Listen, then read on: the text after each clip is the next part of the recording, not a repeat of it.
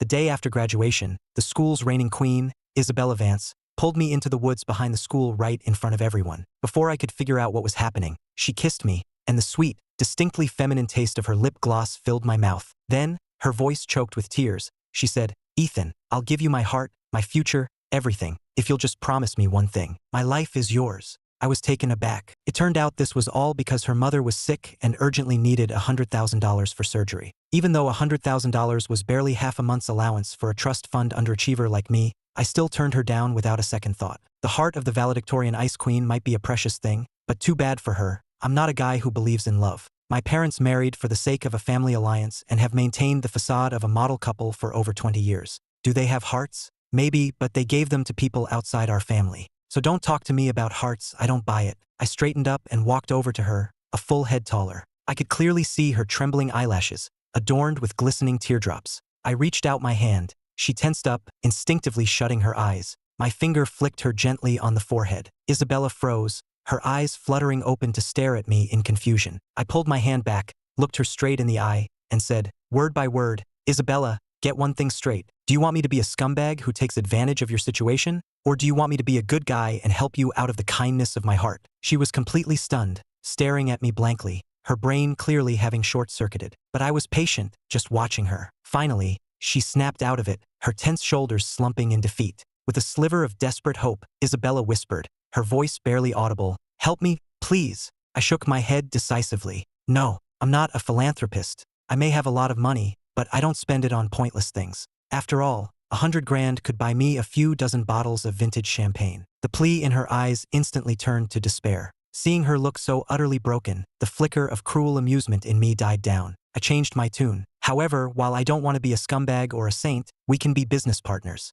I remember your grades are excellent, which makes you a promising stock for the future. So, I can lend you the money as a personal investment. I can transfer the $100,000 to you right now." Her eyes lit up with incredible, disbelieving joy. "But I have one condition. In 10 years, you have to pay me back $150,000. The interest isn't high, it shouldn't be hard for you. Also, you must get into an Ivy League school after the SATs. That will be the first proof of your repayment potential, and it's the risk management clause for this investment." As if grasping her last lifeline, she nodded emphatically, terrified I would change my mind. I gave her my number, turned, and walked away, not bothering to see the expression on her face. Walking out of the woods, the sun felt warm on my skin. The truth was, I didn't care if she ever paid me back. $100,000 was nothing to me. The contract was just for show, otherwise every Tom, Dick, and Harry would be hitting me up for loans, and even I couldn't afford that. Spending $100,000 to buy myself the self-satisfaction of doing a good deed for the day, while also getting a front-row seat to the Ice Queen's desperation,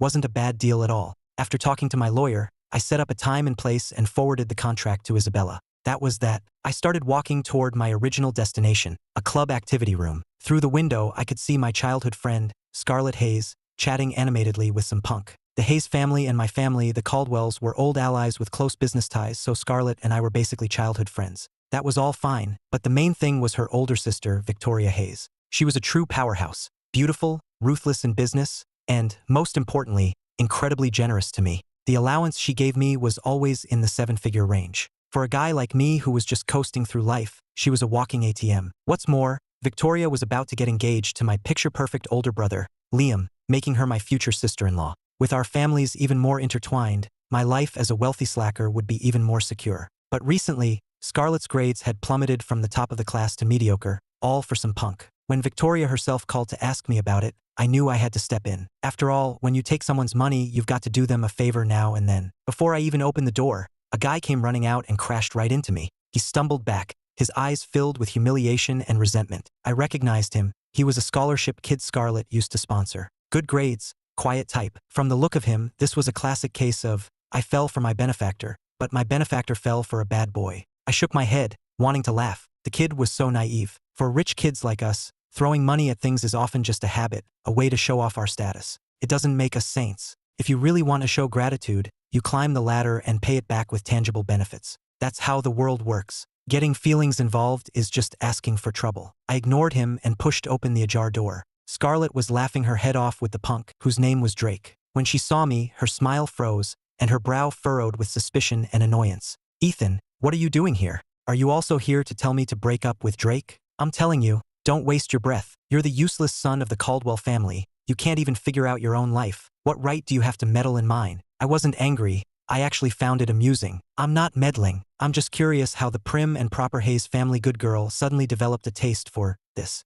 Scarlett raised her voice, her tone dripping with contempt. What would you know? Drake isn't like you phony rich kids. He's real, he's free. She grabbed Drake's arm, her face glowing with an almost fanatical admiration. This is what living is. Your kind of cookie-cutter life is boring, a waste of a life. Then she turned on me again. Especially you, Ethan. You're bad at school, you're not even good at having fun. Besides being a Caldwell, what are you? You're a complete and utter waste of space. I nodded, feigning an epiphany. Got it. The call of the wild, right? Scarlett probably thought she'd won me over, a smug look spreading across her face. Drake puffed out his chest, his expression toward me losing its earlier fear. The next second, I was looking down at Scarlett. Are you sober now? My gaze made her take an involuntary step back. On the floor, Drake was still groaning, his eyes now filled with terror. I walked over to Drake. You like things real, right? You like being free? Come on, tell me, how does this feel? Feeling free right now. Drake was sweating bullets from the pain, unable to utter a single word. Scarlett tried to pull me away,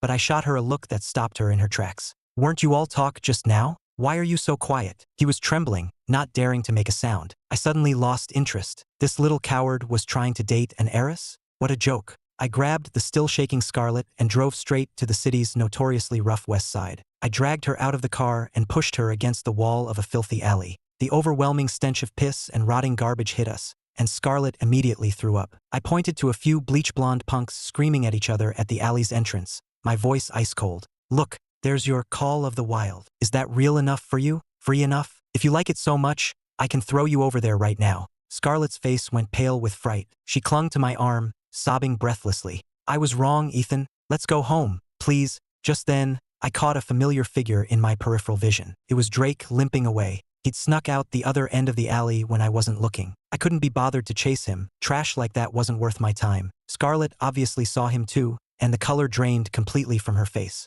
Her last shred of fantasy shattered with that fleeing figure. She stopped crying and just stood there, dazed, as if her soul had been ripped out. I shoved her back into the car, and she didn't say a word the entire ride. When we reached the Hayes estate, she opened the door herself and walked in like a ghost. I didn't get out. I just told the driver to turn around and take me home. That night, I got a text on iMessage from Victoria. Ethan, thanks. I sent back a "you're welcome" emoji, and that was the end of it. Sure enough, the next 2 days were quiet at the Hayes household, and no one came looking for me. I knew my future sister-in-law, Victoria, must have smoothed things over. It seemed I'd played my cards right. My life as a wealthy slacker was secure. But the next day, I wasn't smiling anymore. Drake was dead, killed in a hit and run. It seemed my future sister-in-law was even more ruthless than I'd imagined. Suddenly, this family felt terrifying. Everyone wore a perfect mask while coldly eliminating any obstacle in their path. My elite brother, Liam, was like that, and so was Victoria. I was the only anomaly, a guy who just wanted to coast and enjoy life. A chill ran down my spine,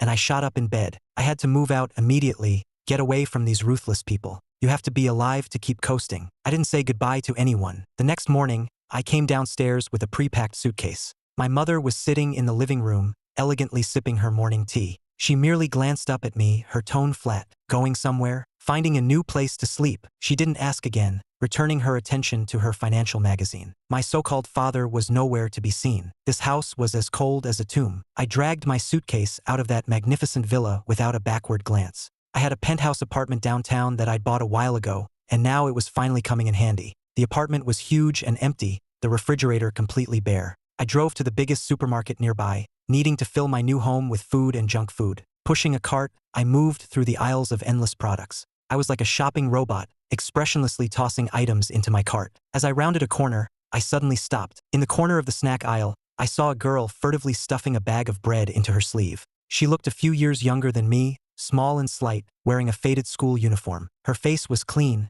but her actions weren't. I didn't say anything, just leaned against the shelf with my arms crossed, watching her with amusement. She was struggling. The sleeve was too small and the bread too big. She tried several times, beads of sweat forming on her forehead from the effort. Finally, as if sensing something, she froze and slowly looked up. Our eyes met. I stared at her without speaking. In the span of 10 seconds, her face went from pale to crimson. Her large eyes first showed terror, then panic, and finally, they were filled with a shame so thick it was suffocating. The hand holding the bread was shaking uncontrollably. With a soft thud, the bread fell to the floor. It was as if all the strength had been drained from her. She wilted, bowing her head so low she seemed to wish she could bury it in the ground. Boring. I walked over, bent down to pick up the bread, and tossed it into my cart. Then, I casually swept all sorts of cookies and candies from the adjacent shelf into my cart as well. Soon, it was piled high like a small mountain. I pushed the cart in front of her. She was still looking down, her body tense as if awaiting judgment. I nudged her faded canvas shoes with the toe of my sneaker,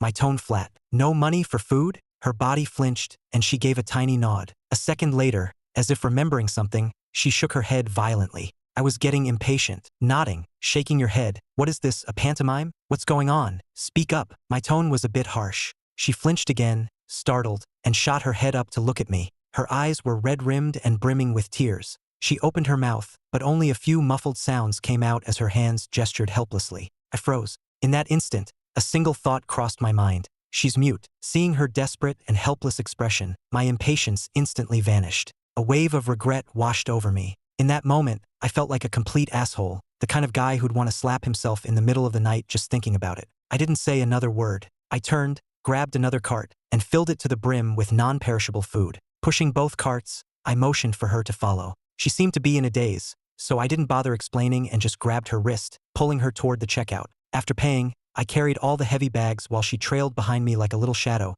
clutching a few of the lightest bags of snacks. I stuffed everything into the back of my sports car and told her to get in. She hesitated for a moment but then opened the passenger door and slid inside. I then asked for her address. She took my phone, her small fingers tapping on the screen for a while before finally pinpointing a location. It was in an old, rundown part of town, the kind of place I wouldn't even drive through. I didn't say anything and just started the car. The ride was eerily silent. She kept her head down the whole time, her hands clutching the hem of her shirt. The car navigated through narrow, dilapidated alleys, finally stopping in front of a crumbling tenement building that looked like it could collapse at any moment. I killed the engine and we unloaded the groceries together. The hallway was dark and damp, filled with the smell of mildew and other unidentifiable odors. She led me up to the third floor and opened a peeling wooden door. A strong smell of herbal medicine hit me. The room was tiny, so small you could see everything at a glance. I finally understood what bare bones truly meant. On a worn-out wooden bed lay a frail, emaciated old woman. Her eyes were closed, her breathing shallow.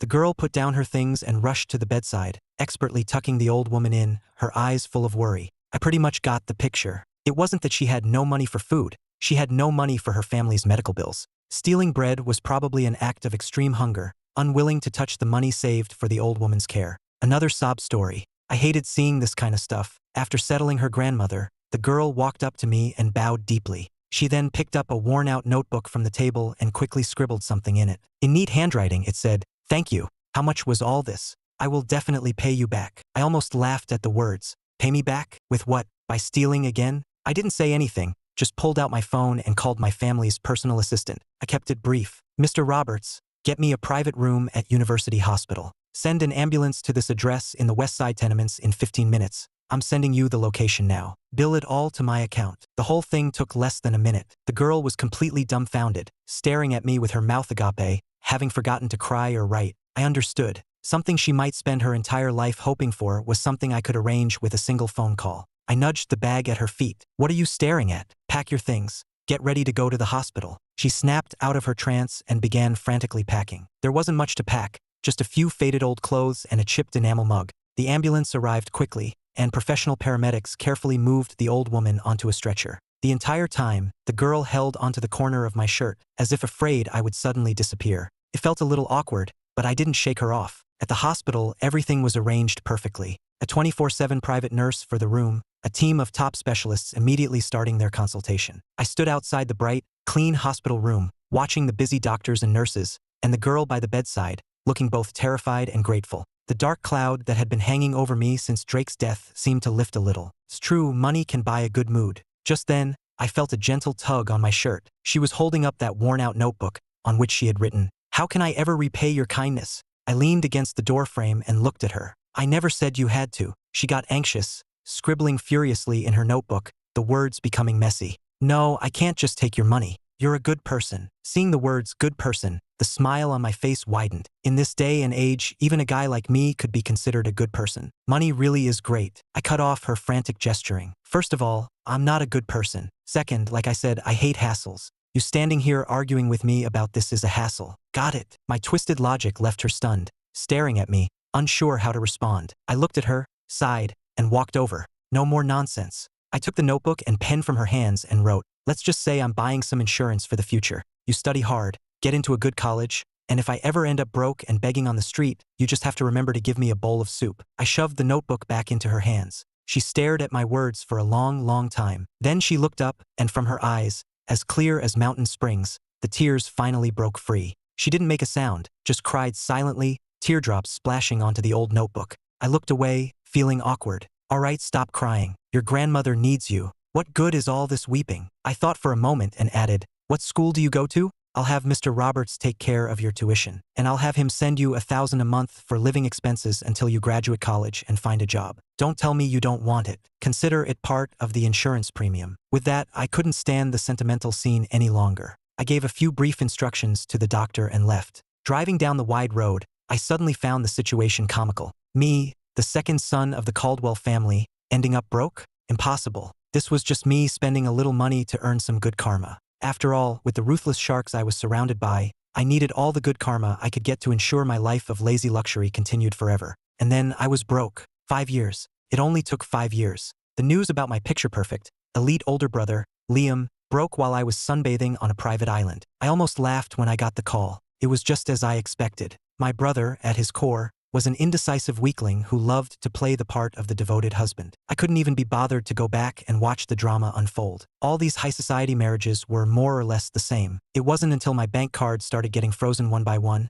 and all the properties, stocks, and funds in my name were transferred overnight, that I belatedly realized something was seriously wrong. By the time I rushed back from the island, it was all over. The Caldwell Corporation was now the Hayes Corporation. My father was indicted on multiple counts of financial crimes, the evidence irrefutable. He was going to spend the rest of his life in prison. My brother, Liam, was left with nothing. And me, the useless slacker who just wanted to coast, wasn't spared either. The personal fortune I had painstakingly saved for over 20 years was all gone. I stood at the door of my penthouse apartment, staring at the 2 stone-faced bodyguards in black suits blocking my way, my head spinning. Seriously? You want revenge? Fine. I wouldn't have cared if you'd destroyed my brainless brother. But sending my dad to prison and gutting the Caldwell Corporation? What was that about? The thought infuriated me. Was I living in some female-led revenge novel, cast as the disposable relative who gets wiped out as collateral damage? Just then, the door opened. Victoria Hayes was sitting on my favorite Italian sofa, elegantly swirling a glass of wine. 5 years had made her more beautiful and colder. The powerful aura of complete control she exuded was suffocating. She saw me, set down her glass, and gave me a gentle smile. Ethan, you're back? I didn't speak, just stared at her. She stood up, walked toward me, and reached out to touch my face. Don't look at me like that. I didn't want this to happen. I turned my head to avoid her touch. She wasn't annoyed, simply retracting her hand and speaking calmly. Your brother was too stupid. I gave him a chance, but he didn't take it. Victoria shook her head, a playful look in her eyes as she studied me. So, that's your excuse for taking down my entire family? She paused, her voice taking on a seductive tone. Things are different now. He wronged me first, so my revenge is justified. I don't need a husband anymore. She took a step closer, her presence intensely aggressive. Ethan, are you interested in staying with me? Big sister can take care of you, just like old times. I laughed so hard I almost cried. Wiping the corner of my eye, I looked at Victoria's flawless face. Hearing you say that, I'm starting to wonder if you arranged that little accident yourself. The smile on her face faltered for a split second, but I caught it. Any last shred of hope I had vanished. As I suspected, this woman was a complete psychopath who would stop at nothing to get what she wanted. My smile disappeared. I looked at her, my face blank, and slowly raised my middle finger. The last trace of a smile vanished from her face, replaced by cold indifference. You don't know what's good for you. She waved her hand, not giving me another glance. The 2 bodyguards immediately stepped forward, grabbed me by each arm like I was a sack of potatoes, and roughly threw me out of my own home. Standing in the empty hallway, I let out a derisive snort. If I had actually fallen for her crap and stayed, I probably wouldn't even know how I died when she got bored of me. I knew I couldn't outplay her. She'd even taken down my old fox of a father. What chance did a hedonist like me have? Staying away from that psycho was more important than anything. Survival was key. I pulled out my phone, scrolled through my contacts, and found all the friends who used to call me E-Man. I dialed the first one. Hey, it's Ethan Caldwell. There was a 3-second pause on the other end, then a cautious voice said, Who? Sorry, you have the wrong number. The line went dead. I froze for a second, then gave a self-deprecating laugh and dialed the next number. Same result. The third, the fourth, they were all either wrong number or went straight to voicemail. I leaned against the cold wall, deleting those so-called friends from my phone one by one. By the end, only a few lonely family numbers remained. I sold everything of value I had on me, which amounted to less than $20,000. Before, that wouldn't have even covered a night out. Now, it was all I had. I wandered aimlessly through the streets, eventually finding myself back in front of my old apartment building. I couldn't help but give a bitter smile. If worst comes to worst, I could always get a factory job. Low barrier to entry, room and board included. I'd had a good 20-plus year run of the high life anyway. I was walking with my head down, lost in thought, when I suddenly bumped into someone, a soft embrace. A faint, clean scent reached me. I instinctively started to apologize and looked up, only to find myself staring into a pair of crystal-clear eyes. It was a girl with a delicate face. She looked familiar, but I couldn't place her. She clearly knew me, though. I could see it in her eyes, the way they lit up with an indescribable mix of surprise and relief the moment she recognized me. She opened her mouth as if to speak, but then seemed to realize something and instead fumbled for her phone. She typed quickly, then showed me the screen. It read, "Mr. Caldwell, do you remember me?" I looked at the name Mr. Caldwell. Not many people called me that anymore. I studied her face, and the fragments of memory slowly pieced themselves together. It hit me and I was surprised. The girl trembling in the supermarket 5 years ago, the one taking care of her grandmother in that rundown shack. "It's you." Her eyes became astonishingly bright as she nodded vigorously, the joy practically spilling out of them. I was even more confused. "What are you doing here?" She typed quickly again and held the phone up to me. The screen read, "I saw the news about the Caldwell family. I was worried about you. I guessed you might come back here to look, so I've been waiting here since yesterday." My heart felt like it had been punched. That meant for the entire 24 hours since I'd been kicked out, she had been waiting here, outside the building I could no longer enter, holding onto a slim, uncertain possibility in the most foolish way. A wave of absurd and complex emotions washed over me. While all my so-called friends were busy cutting ties with me, a girl I had almost completely forgotten had been waiting here for me for a day and a night. I forced a smile,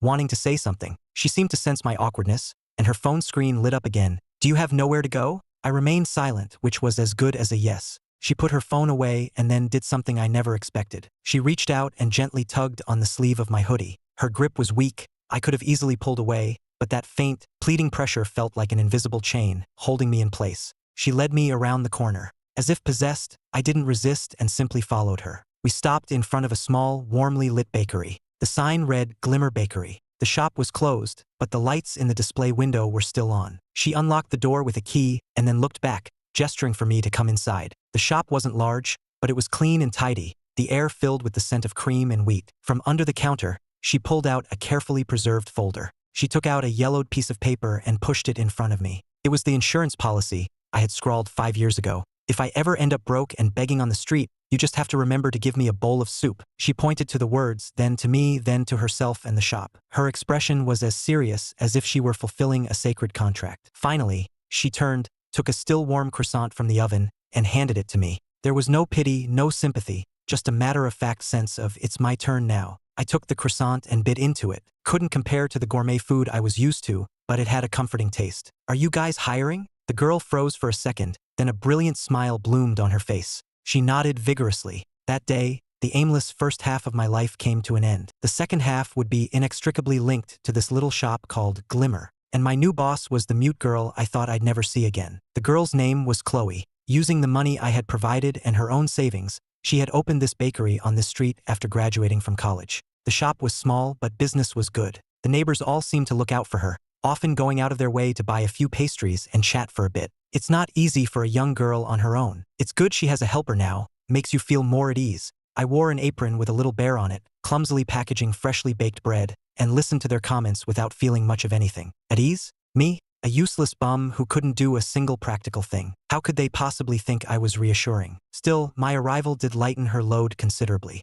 At least she no longer had to grit her teeth and haul heavy sacks of flour and sugar by herself. When the shop closed at night, we'd go upstairs to the tiny apartment. If her old place was bare bones, this one was maybe a step up. One dining table, 2 chairs, a sofa, and a small room partitioned off from the balcony. That was my bedroom. It was smaller than the bathroom in my old villa, but I slept more soundly there than I had in over 20 years. There were no schemes, no hypocrisy, just the faint scent of wheat wafting up from downstairs. I started learning how to be a normal person, learning how to sweep without kicking up a cloud of dust, learning how to use a pressure cooker without blowing up the kitchen. Most of the time, the results were disastrous. I once mistook salt for sugar and made a pot of incredibly salty red bean soup. She took a bite, her face scrunching up, but she didn't spit it out. She just quietly drank a large glass of water and then wrote in her notebook, "It has a very unique flavor. Maybe a little less sugar next time." Looking at her earnest expression, I was both annoyed and amused. I snatched the bowl from her and dumped it in the trash. After that, I started learning sign language. I bought a bunch of books, and every night, after she went to sleep, I'd practice in my little room, following videos on my phone. I started with the basics like hello and thank you, and moved on to "you worked hard today" and "good night." The first time I awkwardly signed "good morning" to her, she froze. Then her usually calm eyes lit up as if a star had fallen into them, shining with astonishing brightness. She raised her own hands and signed back with equal seriousness. In that moment, I felt that nothing I had done in the past 20+ years had ever felt so worthwhile. The days passed, and things gradually got better. I went from a fool who didn't even know how to use an oven to an apprentice baker who could skillfully whip cream and pipe decorations. Business improved so much that we even took over the shop next door and expanded. I also had a decent amount of savings in my account again, enough to move out and rent my own place. I thought about bringing it up with Chloe several times, but I always swallowed the words. Move out to where? Eat what? It would be so boring alone. Besides, it wasn't easy for a young woman on her own, and I could help out, right? I came up with several excuses for myself and shamelessly continued to stay. Chloe never mentioned it either. She seemed to have accepted my presence as a given. I didn't believe in love. My father and my brother were the perfect cautionary tales. But the sense of peace I felt with Chloe was addictive. I shook my head, trying to clear it of these messy thoughts. It was almost noon, time to make her lunch. I was untying my apron, about to head upstairs, when a familiar figure pushed open the shop door and walked in. The visitor wore a perfectly tailored suit. Her makeup was flawless, and her hair was styled in an impeccable updo. She radiated the aura of a successful professional. It was Isabella Vance. 5 years had washed away every trace of the poverty-stricken humility and desperation she once had. She was no longer the ice queen in a faded uniform begging me for help. Now she was polished and perfect. A young man in his early 20s followed her, dressed in a sharp suit like a recent college grad. He looked at me with unconcealed hostility. Probably her assistant. Isabella's gaze lingered on my teddy bear apron for a moment, her brow furrowing almost imperceptibly before she smoothed her expression back into a polite smile. "Ethan,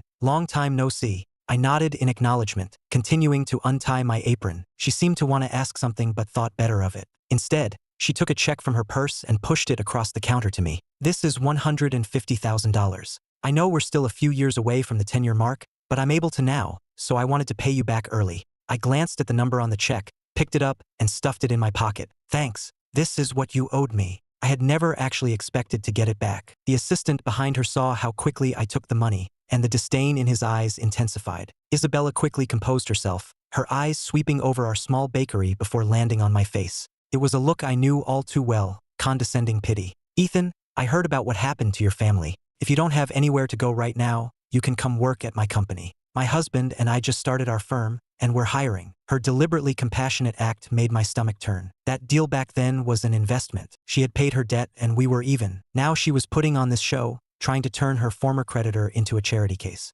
I looked at her assistant, whose glare was growing more hostile by the second, and it suddenly clicked. She was enjoying the thrill of saving someone, just as I had once enjoyed watching her squirm. Now she was savoring my downfall. The only difference was that she was more hypocritical, cloaking her actions in a veneer of kindness. I refused coldly. "No thanks, I'm fine here." Isabella's smile stiffened. "Ethan, don't be stubborn. I know the kind of life you used to live." I cut her off, my voice edged with impatience. I said no thanks. She finally dropped it, a flicker of displeasure crossing her beautiful face. "Fine, if you've made up your mind, I won't force you." As she turned to leave, her assistant immediately stepped forward, placing a solicitous hand near her arm. Isabella naturally turned her head and gave him a smile that was clearly just for him. Now, I casually raised my phone, aimed it at them, and silently snapped a picture. The angle was perfect. The assistant's hand was almost on her waist, and the smile on her face was one no one would mistake for a simple look to a subordinate. I raised my phone in a little wave. "Take care."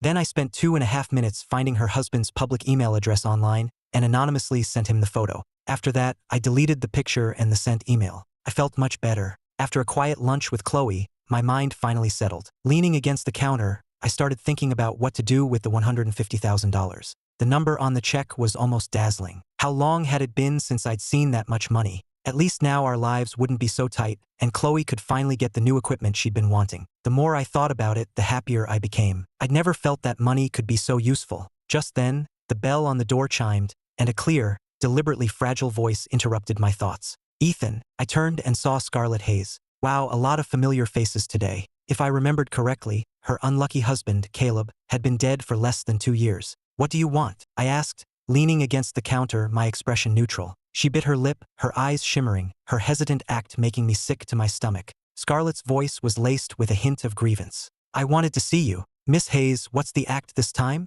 I almost laughed out loud. Her eyes immediately reddened as if she'd been deeply wronged. Ethan, I know I was foolish before, I made a lot of mistakes. I always thought I wanted some grand, passionate love. But now I understand that what I really want is just a stable home. Her tone was sincere, her eyes full of emotion. She looked up, her watery eyes fixed on me, brimming with affection and nostalgia. Ethan, let's start over. I know about your situation, and what my sister did was too much. But it's okay. I can support you. Her voice carried a tone of pity and charity. Oh, the prodigal daughter returns act. But let's get one thing straight. When did we ever start anything? I fought the urge to roll my eyes as my mind drifted back a few years. Her wedding to that scholarship kid, Caleb, had been grand and touching. At the altar, she had cried, saying he was the light of her life, the happiness she would hold on to no matter what. I was in the audience, looking at that poor Gandong Sashalza, and I had only one thought: this guy is doomed. Sure enough, less than 2 years into the marriage, Scarlett got bored. When the passion faded and marriage became about daily life, she grew tired of it. Then,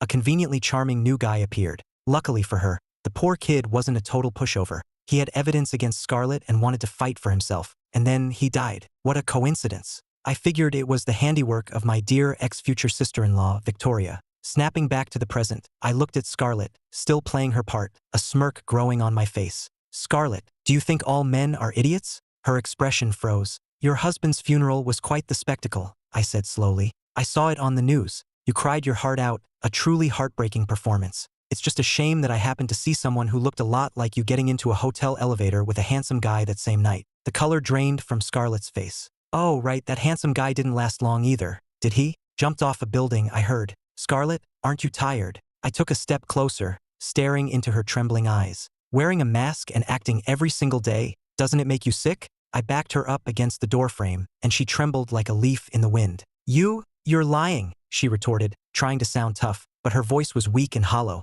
I was done wasting my breath on her. I wasn't worried about her retaliating. A woman so obsessed with playing the victim would never allow herself to lose her composure and seek revenge out of anger. Her persona was more important to her than her life. She'd worn that mask for so long, it was stuck to her face. Get out. As if granted a pardon, she stumbled out of the shop, her retreat a pathetic sight. The shop was finally quiet again. I let out a long sigh, feeling as if I had just exhaled 5 years of bad luck. I heard light footsteps on the stairs, and Chloe came down with a bowl of freshly made dessert. She walked up to me, handed me the bowl, and her eyes asked what had happened. I shook my head to show it was nothing. Chloe signed, her expression worried. But you don't look happy. I looked into her clear eyes and smiled. Without putting down the bowl, I signed back with my still clumsy hands, I'm fine. She understood, and a sweet smile spread across her face. Sunlight streamed in through the window, warming us. After that day, I stopped paying attention to my old social circle and cut off all contact. All I wanted now was to live a quiet, peaceful life with Chloe, running our little shop. Every morning at 5 a.m., I would wake up half an hour before her to go downstairs and prepare the first batch of dough. By the time she came down, sleepy-eyed, the kitchen would be filled with the scent of wheat, and the hot water would be ready. She would always sign good morning to me first, then skillfully tie on her apron and start on the day's desserts. We rarely spoke, but our teamwork became more and more seamless. When we were busy, she would sometimes get flustered and break into a sweat, and I would hand her a glass of ice water. When she took the glass, her cool, soft fingers would occasionally brush against the back of my hand. I started noticing all her little habits, and she no longer had to cautiously guess what I was thinking. Life was fulfilling. We ran the shop together during the day, and at night, she would teach me how to make more complex desserts. Sometimes, we could have a whole conversation without using a pen and paper. This silent understanding gave me a sense of peace. I started to seriously consider something. I wanted to marry her. I didn't believe in love, but I was starting to believe that some people are just meant to be together. I simply wanted to continue living like this with her, forever. 3 months later, I confessed my feelings to her. Or more accurately, I proposed. It was her birthday, and I had secretly prepared a little surprise for her in the shop. When she came downstairs that evening, the entire place was lit by candles. She stood frozen at the bottom of the stairs, her hands covering her mouth. I walked up to her, got down on one knee, and pulled out a diamond ring. Chloe, I don't know how to say all the pretty words, and I don't believe in grand promises, but I want to be with you, to run this shop together until we're too old to walk. Will you marry me? she cried, tears falling like broken pearls. She nodded vigorously and held out her hand for me to put the ring on. It was a little big, her hand was so slender, but she clenched her fist tightly to keep it from falling off. I hugged her, inhaling the faint, sweet scent of her hair. In that moment, I suddenly felt that the first 20+ years of my life had all been preparation for meeting her. Our wedding was simple, not a large affair. We only invited the neighbors and a few old classmates and friends I was still on good terms with. I wasn't trying to put on a show, I just wanted to give Chloe a proper wedding. The day before,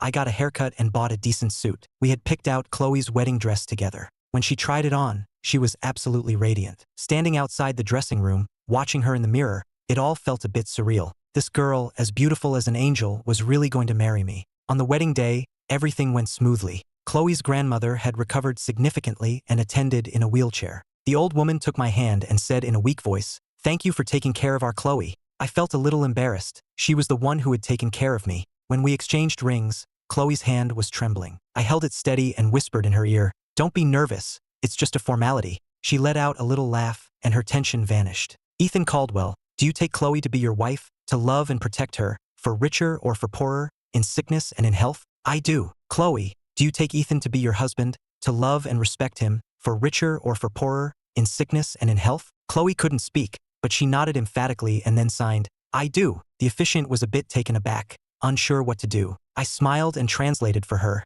She said, "I do." The crowd erupted in applause. When it was time to kiss, she was shy, her face blushing like an apple. I kissed her lips gently, so lightly, as if afraid of hurting her. Then I whispered in her ear, "Mrs. Caldwell, I'm in your hands now." She laughed so hard in my arms that her shoulders shook. My old classmates came up to offer their congratulations. A former roommate I'd been close with said, "Ethan, you've changed. You used to have this, I don't care about anything attitude, but now you seem like a normal person." I glanced over at Chloe, who was talking with her grandmother, and smiled. Maybe it's because I finally have someone worth caring about. After the wedding, we went back to our apartment upstairs. Everything was the same, just with the addition of flowers and gifts from the ceremony. Chloe changed out of her wedding dress and into her regular clothes and started making me a late-night snack in the kitchen. I stood at the doorway watching her and felt a profound sense of contentment. This was the life I wanted, a simple life with just the two of us. She brought the snack over and saw me staring into space. She waved her hand in front of my face. "What are you thinking about?" "Thinking about you."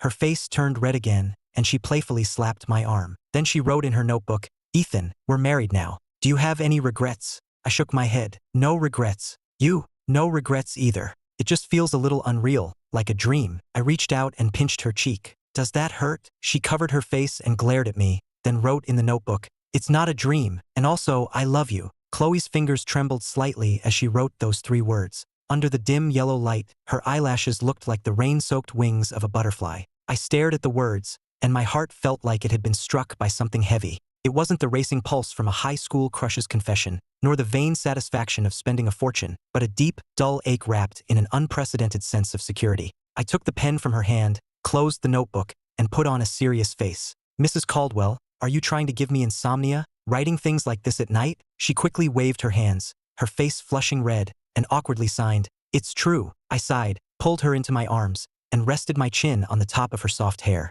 "Yeah, I know." The person in my arms grew quiet, her gentle breath tickling my neck. In that moment, I suddenly felt that what I had now, the wealth of the Caldwells, Victoria Hayes, Isabella Vance, none of it mattered. What I had now was worth more than everything from the past 20+ years combined. But fate has a way of tripping you up just when you feel happiest. Married life was like bread rising in the oven, warm and fulfilling. We would wake up at 4 a.m. to knead the dough, and by 6 a.m., the first batch of croissants would be out, filling the whole house with their aroma. Chloe taught me how to pipe frosting. My clumsy hands always made a mess of the cream, but she never got annoyed, just gently guided my hand to correct it. In the afternoons when customers were few, she would nap at the counter, sunlight filtering through the window and casting dappled light on her face. I often found myself staring at her as she slept, wondering how this girl could be so pure, as if she had never been tainted by this rotten world. But the mud always finds a way to splash you. One rainy night, as we were about to close, a few drunk men burst through the glass door. The leader was a local thug named Frankie, who had tried to shake us down for protection money before I chased him off with a broom. Now, reeking of alcohol, he kicked over a potted plant by the door and yelled arrogantly, "Hey, mute girl, get out here." Chloe was counting the day's earnings and jumped at the sound, instinctively looking at me. I pushed her behind me and grabbed a rolling pin, pointing it at him. Frankie grinned, revealing yellowed teeth. Well, Mr. Caldwell, still think you're somebody?" Heard you married a mute. Me and the boys came by for a wedding drink. The thugs behind him laughed, their leering eyes fixed on Chloe, making me sick. I tightened my grip on the rolling pin, my knuckles turning white. Get out. Ooh, protective are we? He took a step closer, his boozy breath hitting my face. You don't want this shop to stay open? Suddenly, Chloe slipped out from behind me, holding a box of freshly baked cookies. She forced a smile and signed to them, offering them some. In that moment, my heart felt like it had been stabbed with a needle. This sweet fool always thought kindness could defuse malice. Frankie slapped the box out of her hands, sending cookies scattering across the floor. Who wants this crap? He reached out to grab Chloe's wrist. I snapped. I swung the rolling pin with all my might. In the chaos, I don't know how many punches and kicks I took. I just remember shielding Chloe in the corner behind the counter. Sirens wailed in the distance, growing closer, and the thugs scattered. Chloe's trembling hand reached up to touch the blood on my lip, huge tears rolling down her face, but she couldn't make a sound. I wiped my face and forced a grin. What are you crying for? Your man's not dead yet. She cried even harder, curling up in my arms like a frightened little animal. That night, she slept holding onto my arm, startling awake at the slightest movement. Looking at the dark circles under her eyes, a violent, retroactive fear churned inside me. What if I hadn't been able to protect her today? The next day, I bought a solid steel pipe at a flea market and kept it under the counter. When Chloe saw it, she shook her head vehemently. I tapped the pipe and signed, for protection. It's better if we don't have to use it, she wrote in her notebook. I'm afraid you'll get hurt. I'm more afraid of you getting hurt, I said, ruffling her hair. Chloe, you're all I have now. She looked up at me, her eyes glistening, and finally gave a small nod. The peace didn't last long. Scarlett reappeared like a persistent ghost. This time, she didn't come into the shop. She pulled up in a flashy red sports car,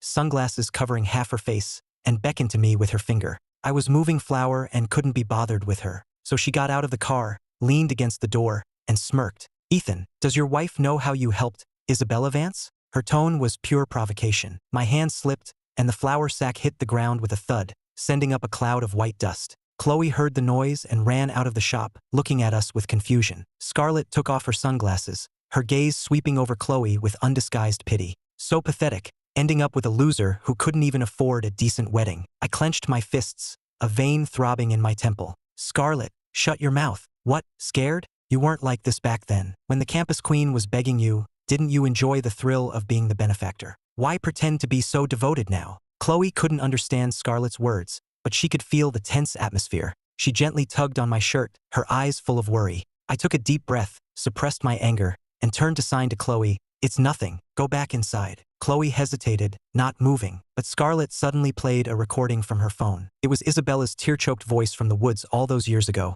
I'll give you my heart, my everything, if you'll just promise me one thing. Followed by my voice, I'm not a philanthropist. Chloe's face went white. She looked at me, then at Scarlett, her lips moving frantically but making no sound. Scarlett put her phone away, satisfied. Sweetie, you think he's a good guy? He only helped Isabella to enjoy her misery. Helping you was probably just another whim. You're talking nonsense. I completely lost it and lunged for her phone. Scarlett shrieked, jumped into her car, locked the doors and sped away, leaving just me and Chloe, standing in a cloud of flour dust. She stood with her head down, her shoulders trembling slightly. I reached for her, but she instinctively took a step back. That single step felt like a knife in my heart. After closing up that night, the atmosphere in the apartment was suffocating. Chloe was making the bed with her back to me, refusing to look at me. I turned her by the shoulders, forcing her to face me. Do you believe her? Chloe bit her lip, tears welling in her eyes, and wrote in her notebook, Is what she said true? Yes, but not entirely. I wiped my face and told her everything. How I had refused Isabella,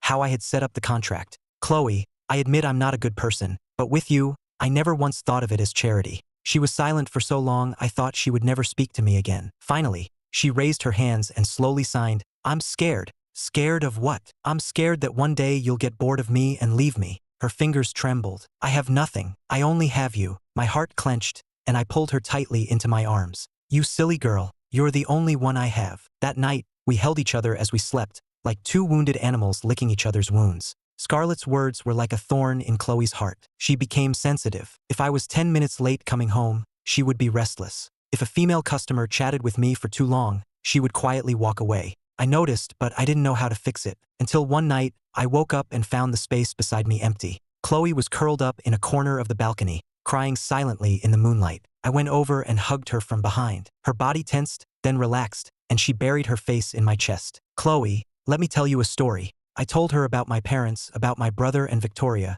about the rot beneath the glamorous facade of my family. I used to not believe in feelings. I thought everything was a transaction. But you're different. I gently wiped away her tears. You make me feel like there's still some humanity in being alive. She looked up, and in the moonlight, her eyes were like black glass submerged in water. She reached out and traced my eyebrows, my eyes, my nose, finally stopping on my lips. Then she leaned in and kissed me very, very gently. It was a pure kiss, free of any desire, like the first snowflake landing on your palm. I froze, then responded to her. In that kiss, something quietly melted away. It was the thorn Scarlet had planted, silently removed. Life returned to normal, but danger always lurks in the shadows. One afternoon, an unexpected visitor arrived at the shop, Victoria Hayes. 5 years had made her even more regal. Her custom-tailored suit was completely out of place in our cramped bakery. She was alone, without bodyguards, and when her eyes landed on Chloe, they were cold and appraising. So this is the life you've chosen? Hiding out in a place like this,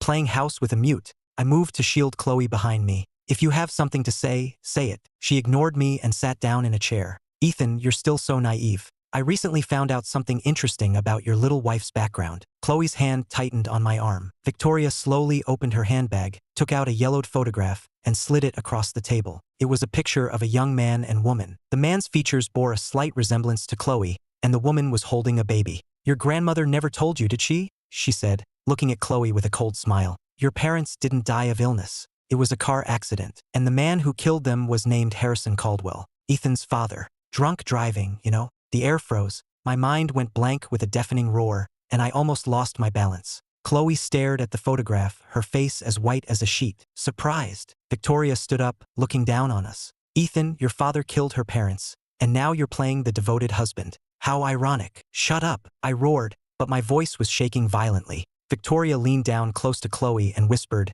Sweetie, do you think he's only nice to you out of guilt? Then she turned and left as if she had never been there, leaving behind a hellish silence. Chloe didn't move, as if her soul had been ripped from her body. I reached for her, but she flinched away as if shocked, her eyes empty and distant. Chloe, listen to me. I didn't know. Chloe shoved me away, ran upstairs, and slammed the apartment door, the lock clicking shut. I followed, pounding on the door, but there was no response. After a while, a piece of paper slid out from under the door. On it were a few trembling words. Let me be alone. I sat outside her door until dawn. There was no sound from inside, but I knew she wasn't sleeping either. The next day, Chloe didn't come down to open the shop. I made some porridge and brought it up, but the door was still locked. It was the same on the third day and the fourth. She had locked herself in, refusing to eat or drink. The bomb Victoria had dropped nearly destroyed the small world we had just built. For the days Chloe locked herself in the apartment, I was like a caged animal, pacing back and forth in the small shop. Flour sacks were strewn about, burnt cookies from days ago sat on baking sheets,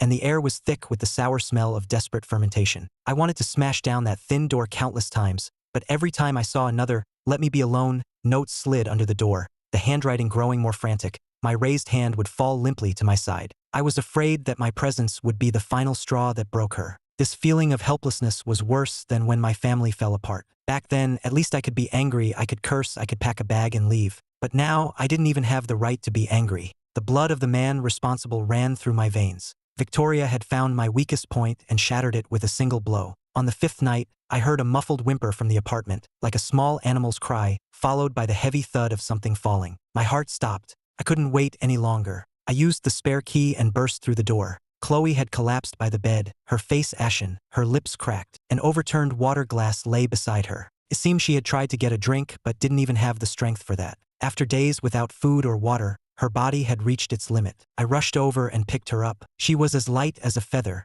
as if she might fade away at any moment. Chloe, Chloe. I patted her face, my voice shaking uncontrollably. Her eyelids fluttered, slowly opening a crack. Her empty eyes landed on my face, unfocused. In that moment, I was terrified she was going to die, terrified I would never even have a chance to atone. I scrambled downstairs like a madman, heated up some porridge, and mixed it with warm water. I gently pried open her lips and carefully fed it to her with a small spoon. She swallowed mechanically, her gaze still vacant. After half a bowl, I brought warm water and a towel and gently wiped her gaunt face and cold hands and feet. Through it all, she was like a doll, letting me do as I pleased. Only the occasional tear rolling down her cheek proved she was still alive. I tucked her back into bed and lay down beside her, fully clothed, holding her tightly through the blanket. I didn't dare to sleep, afraid she would disappear if I closed my eyes. Chloe, I whispered in her ear, my voice hoarse. I know you can hear me. You can hate me, you can blame me, whatever you want, but you can't die. What would I do if you died? I've been an asshole for most of my life, but I've never wanted to hurt anyone. I'll own my father's sins. If you think killing me will make you feel better, I'll give you the knife right now. I took her hand and pressed it against my heart. But you can't punish me, punish yourself like this. Your grandmother worked her fingers to the bone to raise you, not for you to end it like this. Remember that croissant you gave me? It was the most bitter and the sweetest thing I've ever eaten. Bitter because I was at rock bottom, and sweet because of you. This shop is called Glimmer, and you're the one who lit it up. If you're gone, that light goes out, and my world will be completely dark. I don't know how long I talked, until my throat was raw. The body in my arms was still cold, but her breathing seemed to have stabilized. The next morning, as I was about to get up to make her something to eat, a cold hand gently tugged on my sleeve. I whipped my head around and met her gaze. Her eyes were still swollen, but there was a faint light in them now. She looked at me. Her lips moved without a sound, but I could make out the shape of the word water. I practically fell over myself getting her water, my hands shaking so much I spilled half of it. After helping her take a few sips, she leaned against me and closed her eyes, another tear slipping from the corner. But this time, it wasn't a tear of despair, but one of weary vulnerability. She was letting me near her again. The realization almost made me cry with relief. The days that followed were a slow, difficult process of healing. Chloe's physical strength returned, but the wound in her heart was far from closed. She became unusually quiet, even more so than before. She would still help me with the shop, but her movements were slow, and she would often just stare blankly at the mixing bowl. At night, she would still wake up from nightmares, drenched in a cold sweat. I would hold her, feeling her heart pound wildly against her ribs. She stopped using the notebook to communicate, only using simple gestures when absolutely necessary. I knew that thorn was still lodged deep in her heart. Victoria's words were like poison, corroding all the trust she had in our relationship. She started to subconsciously avoid my touch. If I put food on her plate, she would hesitate before accepting it. If I tried to hold her at night, she would stiffen and turn away. This deliberate distance was more suffocating than any argument. I understood she was struggling, reevaluating everything between us. Was my help, my proposal, my love, all just born from a delayed, inherited guilt? The turning point came one afternoon. An elderly woman who was a regular customer for our whole wheat bread shakily handed us a thick envelope. She said it was a box of special cookies her son had sent from abroad and insisted we take it as a thank you for our kindness to her. Chloe couldn't refuse and accepted it. You and your husband are good people, dear. It's rare to find such honest business owners these days. You two take care of each other, the old woman said, holding Chloe's hand. After she left, Chloe stood behind the counter for a long time, holding the box of cookies. The sunlight shone on her lowered eyelashes. I watched from a distance, not daring to disturb her. Suddenly, she turned and walked over to me. She handed me the cookie box and then pointed to the box of old things in the corner. Inside were a few photos from our wedding and the worn-out notebook where I had written her insurance policy, which she had treasured. I paused for a second, then understood what she meant. I went over, pulled the notebook from the bottom of the box, dusted it off and handed it to her. She took it, flipped to the last blank page and began to write. Her hand was still a little shaky, but she wrote slowly and deliberately. I dreamed of my parents. They were in a very bright place, smiling at me. I don't think they blame you. She paused for a long time, the ink bleeding into a small dot on the page. Then she continued, I've been thinking, if you were only good to me out of guilt, then why, when I was stealing that bread, was there only impatience in your eyes, not pity? You just made a phone call to deal with a hassle. And why, when I said yes to your proposal, did you freeze for a moment, and then your ears turned red? She looked up at me, her eyes blurry with tears, filled with a profound confusion and a sliver of hope. She wasn't accusing me. She was asking me for an answer that could pull her out of this nightmare. I looked at her, my heart feeling as if it were being gently squeezed. I took the pen and wrote below her words, stroke by stroke, Chloe, I'm not a good person. When I helped you, I wasn't thinking much. Maybe I was just in a good mood that day, or maybe I just didn't want to hassle. When I married you, I wasn't even sure if it was love. I just knew that being with you felt right. It felt peaceful. But now, I know this for sure.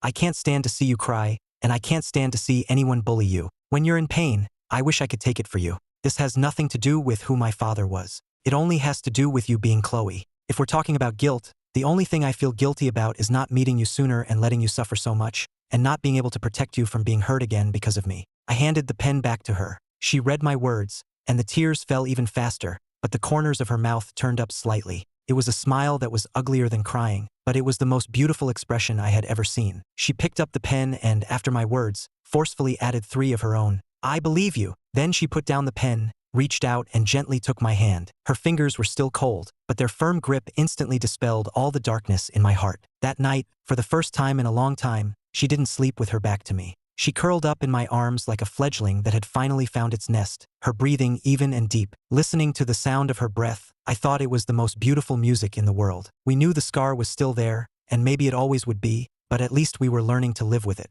And by bearing this heavy burden together, the bond between us had become even stronger. The decision to leave the city was made a few days later. It wasn't entirely because of the danger from Victoria, but more because we wanted a change of scenery, a place without the shadows of the past, a true new beginning. Chloe didn't hesitate for a second. For her, wherever I was home. We sold Glimmer Bakery and packed our bags to move south. When the neighbors heard we were leaving, they all came to see us off, stuffing our bags with local specialties. "Dearie, if you're ever treated poorly, you come right back here. I'll stick up for you," one of the old women said, wiping her tears as she held Chloe's hand. Chloe, her eyes red, nodded and pressed a bag of freshly baked cookies into the woman's hands. The night before we left, we were packing the last of our things in the apartment. From the bottom of the closet, Chloe pulled out a small metal box. Inside were her grandmother's mementos, a few old photos, and the insurance policy I had written for her all those years ago. The paper was yellowed, but the writing was still clear. "If I ever end up broke and begging on the street, you just have to remember to give me a bowl of soup." She looked at the paper and suddenly smiled, a smile that turned into tears. She picked up a pen, and on the back of the paper, she solemnly wrote a few words and showed them to me. "For the rest of our lives, my bowl will always be half yours." My eyes burned, and I pulled her into my arms. "Okay, it's a deal." As the train pulled away, the city that held so much of our pain and our warmth receded outside the window. Chloe fell asleep on my shoulder, her hand still tightly clutching my shirt. The sunlight streamed through the window, illuminating her peaceful, serene face. I leaned down and kissed the top of her head, then closed my eyes. I didn't know what the future held, but as long as she was with me, anywhere was home. We eventually settled in a small coastal town called Seacliff. With the money from selling the shop, we opened an even smaller dessert place and named it Half Bowl Pastries. Chloe was in charge of baking and I handled the customers. Life was simple but peaceful. She gradually emerged from the shadows, and smiles returned to her face. Occasionally, she would still wake up from nightmares in the dead of night, but I was always there to hold her until she fell back asleep. One evening, a year later, we were walking hand in hand along the beach. The sunset painted the sky in molten gold, and the tide gently lapped at the shore. Chloe suddenly stopped and pointed at something glistening in the sand. I picked it up. It was a piece of sea glass, worn smooth by the waves, refracting a warm glow in the evening light. She took the glass, held it up to the light for a long time, then placed it in my palm and closed my fingers around it, signaling for me to keep it. I teased her. "A token of your love?" She nodded vigorously, her eyes sparkling. One hot and humid afternoon, the shop was empty. Chloe was at the counter preparing cake batter for the next day, while I sat behind the register going over the accounts. I heard a very faint sob and looked up. Chloe had stopped whisking, her hand frozen, and was staring blankly out the window. Outside, a young father was walking by with his daughter on his back, the little girl's bell-like laughter faintly audible through the glass. I put down the ledger and walked over to her. She didn't look at me, her gaze following the father and daughter until they disappeared around the corner. Her profile looked pale in the afternoon light, her eyes filled with a complex emotion I couldn't name, a mixture of longing and sorrow. I gently touched her arm. She snapped back to the present, gave me a forced smile, and shook her head to show she was fine. Then she looked down and began whisking the batter with renewed vigor, as if trying to beat away some unseen thought. I knew she was thinking about her own parents. The childhood that should have been filled with their love and laughter was a void that could never be filled. Victoria's words were a poisoned dart that, even on the sunniest days, could unexpectedly prick her with pain. After closing up that night, we sat on the small steps behind the shop, feeling the sea breeze. The waves gently lapped at the shore, and in the distance, the lights of fishing boats dotted the horizon. Chloe leaned her head on my shoulder, very quiet. I held her hand. Her palm was a little cold. "Chloe," I broke the silence. "Should we go see them?" Her body tensed slightly, and she looked up at me, confused. "I mean your parents," I said, choosing my words carefully. "I know where the cemetery is. It was in the files Victoria left. We can go talk to them, tell them you're doing well. And I can apologize on behalf of my father." The last few words were incredibly difficult to say, but I knew I had to. Chloe stared at me for a long time, tears quickly filling her eyes, but she fought to keep them from falling. Her gaze was a mixture of struggle and fear, but it eventually settled into a look of resolve. She nodded firmly. We chose a clear, sunny morning, closed the shop, and went to the cemetery on the outskirts of town with a bouquet of white daisies and green lisianthus that Chloe had arranged herself. The cemetery was quiet, nestled on a hill overlooking the sea, a peaceful place to rest. Using the information from the file, we found the shared headstone. It was simple, with a faded, blurry photo of Chloe's parents etched into it. Chloe walked to the grave, knelt, and gently placed the flowers down. She reached out and, with her fingertips, slowly wiped away the dust and fallen leaves from the headstone, her movements as gentle as if she were touching a fragile dream. She didn't cry, just wiped in silence. The sun shone on her focused profile, giving her an almost sacred tranquility. I stood behind her, watching silently for a long time. She stood up, turned, and beckoned me over. I walked to her side, and we stood together before the grave. The sea breeze rustled our hair and clothes. Chloe looked at the headstone, then at me. She raised her hands and began to sign. She moved slowly, as if pouring all her heart into each gesture. "Mom, Dad, this is Ethan, my husband." She paused, took a deep breath, and continued signing. "He's very good to me. We have our own little shop, called Half Bowl Pastries. Life is peaceful, and I'm very happy. We know what happened in the past." Her gestures became a little heavier but remained firm. "It was a terrible accident. I know it wasn't Ethan's fault. He is not his father." She turned to look at me, tears finally streaming silently down her face, but she was smiling. She turned back to the grave and signed, "So please, don't blame him and don't worry about me. I'm very happy now, I really am." Watching her introduce me to her parents, defend me, and tell them of her happiness, I felt a lump form in my throat and my eyes burned. I reached out and tightly grasped her free hand. I faced the headstone and bowed deeply. Straightening up, I looked at the faded photo and said solemnly, "Sir, ma'am, my name is Ethan. I'm sorry, and thank you. Thank you for bringing Chloe into this world. Please rest assured, as long as I'm alive, I will never let her suffer again. I will protect her with everything I have." I spoke slowly, every word from the bottom of my heart. I knew words were cheap, but it was all I could offer. After paying our respects, we walked hand in hand up the cemetery hill. On the way back, Chloe seemed remarkably light, as if a heavy burden she had carried for years had finally been lifted. She even excitedly pointed to some wildflowers by the road, signing that we could try using their juice as a natural food coloring. After that day, I noticed a subtle change in Chloe. The faint shadow that had always lingered in her eyes seemed to have faded, and her smiles became brighter and more open. She began to more actively plan our future with me, talking about what flowers to plant in front of the shop, whether we should rent the space next door to expand when we saved enough money, and even signing that maybe one day we could adopt a child. I knew that trip to the cemetery was not just about comforting her parents. It was a formal farewell to the past for both of us. We couldn't change the tragedy that had happened, but we could choose how to face the future. We had carefully poured out the half bowl filled with bitter memories. Then, into the remaining half, we added understanding, acceptance, and the sweetness Chloe had created herself, and began to slowly, carefully savor the taste of the rest of our lives. One day after closing, we were sitting by the sea, watching the sunset. The fading light painted the ocean in magnificent shades of gold and red. Chloe rested her head on my shoulder and suddenly traced a few words into my palm with her finger. Not sign language, but writing. I carefully deciphered it. She had written, "A half bowl of time, a heart full of joy." I leaned down and kissed her hair,